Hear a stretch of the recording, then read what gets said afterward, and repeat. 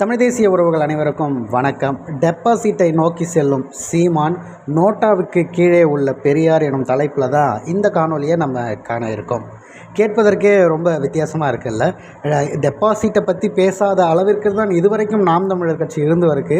இந்த முறை பார்த்திங்கன்னா டெபாசிட்டை நோக்கி போகிறாங்க அப்படின்னு சொல்லியிருக்காங்க. அது மட்டும் இல்லாமல் ஈரோட்டிலே ஈவேரா அவர்களை பேசி வாக்கு வாங்க முடியுமான்னு கேட்ட இடத்துல ஈவேரா அவர்களை வாங்கிய வாக்குங்கிறது நோட்டாவுக்கு கீழே போய்கிட்டு இருக்கு. ஆனால் ஈவேரா அவர்களை எதிர்த்து பேசிய நாம் தமிழர் கட்சியுடைய வாக்குங்கிறது இதுவரை இல்லாமல் முதல் முறை இப்படி ஒரு மாற்றம் நிகழ்கிறது.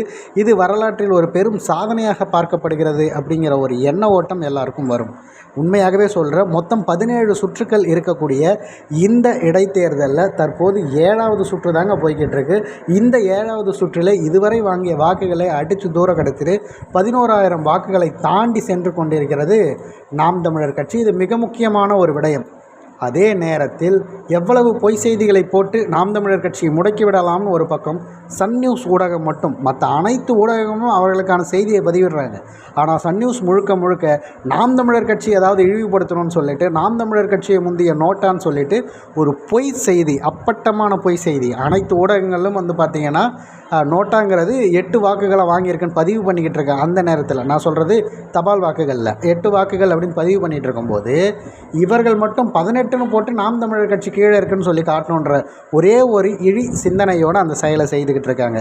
சரி, ஓகே. இப்போ ஈவேரா அவர்களை பற்றி பேசி எப்படி வாக்கு குறைஞ்சிருக்குங்கிறீங்க அப்படின்னா, நோட்டா தற்போது வரை 517 வாக்குகள் பதிவு செய்திருப்பது அஃபிஷியலாக எலெக்ஷன் கமிஷன்லேருந்து வந்திருக்கு. அதில் ஈவேரா அவர்கள் அதாவது திருமுருகன் காந்தி அவர்கள் வேட்பாளராக நிற்க வைத்து அவருக்காக பாடுபட்டாங்க இல்லையா, இண்டிபெண்ட் கேண்டிடேட்டாக வெண்ணிலான்னு ஒருத்தவங்க நிறுத்தினாங்கள்ல, அவங்க 100 வாக்குகளை இன்னும் தொடலை அப்படிங்கிறது மிகவும் கவலைக்கிடமான ஒரு சூழலை இந்த இடத்துல நம்ம பதிவு பண்ணி ஆகிறோம்.